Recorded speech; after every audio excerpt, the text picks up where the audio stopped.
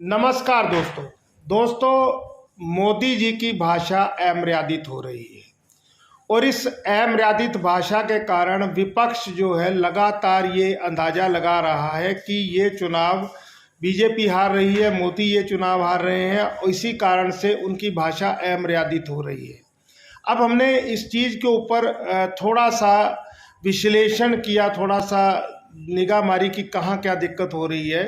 तो यहाँ पर जो चीज़ हमारे सामने आ रही है वो मैं रखना चाहूँगा। मैं दोस्तों चंदन सिद्धू, जिला उपाध्यक्ष भारतीय किसान यूनियन राजनीतिक लखीमपुर खीरी। दोस्तों अब बात करते हैं आज इंडिया टीवी को जो इंटरव्यू दिया मोदी जी ने। उस इंटरव्यू के दौरान मोदी जी ने बताया कि अगर जाति के आधार पर किसी पुल का टेंडर किसी जाति विशेष के व्यक्ति को दे दिया जाएगा और उसमें योग्यता नहीं होगी तो वो पुल कल को अगर गिर गया तो उसके अंदर जो व्यक्ति खत्म होंगे, जिन व्यक्तियों की मृत्यु होगी, उसके प्रति जवाबदेही किसकी होगी।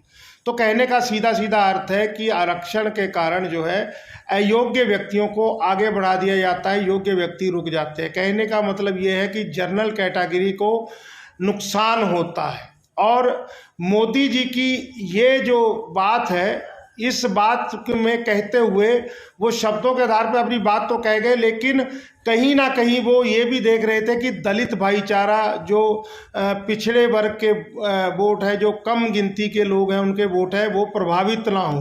क्योंकि राजनीतिक रूप से उनका कहना था कि आरक्षण उन्हीं व्यक्तियों को मिला है जिन व्यक्तियों के वोटों को प्राप्त करने के लिए दूसरी पार्टियों ने उनको आरक्षण दिया है।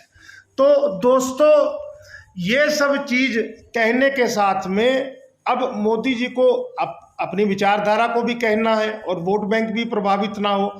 तो वह कहते कहते 75 वर्ष की उम्र में, क्योंकि इस वर्ष में मोदी जी ने कहा था ना लाल कृष्ण आडवाणी के समय पे कि आपको रिटायरमेंट ले लेनी चाहिए, क्योंकि वो पहले वाली स्फूर्ति नहीं रहती, वो दिमाग नहीं रहता। अब कैसे आप लोगों को 15 लाख रुपया कह के और उनको भ्रमित करके उनका वोट खींचेंगे।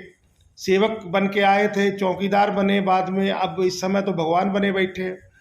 तो कहने का मेन तात्पर्य इसके पीछे ये है कि अब 75 वर्ष की उम्र में वो चुस्ती फुर्ती तो रही नहीं, तो जो अंदर का है वो बाहर निकलने लगता है। और विपक्ष इसी चीज़ के ऊपर तो आरोप लगा रहा है।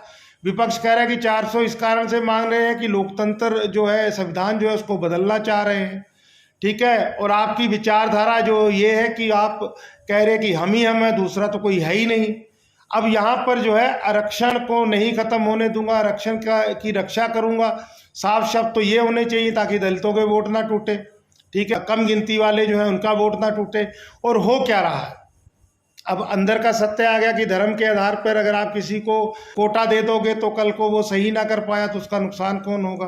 तो वो तो भाई जनरल वालों से भी गिर सकता है। लेकिन ये सब कहने के साथ में यहाँ पर तानाशाह कैसे आता है। तानाशाह इसी कारण से तो आता है कि हम लोग एक संगठित भारत को लेकर आगे बढ़ने का प्रयास कर रहे हैं, लेकिन यहाँ पर क्या हो रहा है, अपनी सोच को प्रमुख रख के आगे ले जाया जा रहा है। संविधान को बदलने की बात अभी मोदी जी ने तो कही नहीं है। अब मोदी जी ने 400 पार का नारा दिया और उनके जो नीचे वाले व्यक्ति थे जिन्होंने आज तक मोदी जी से सवाल करने की हिम्मत नहीं की, उन्होंने कहा ठीक है, हाँ जी दे दीजिए, हम लोग संविधान बदल देंगे। ठीक है। तो जिस विचारधारा को लेकर पार्टी चल रही थी, वो विचारधारा को कहीं ना कहीं मजबूती देने का काम ही तो किया मोदी जी के नीचे वालों ने।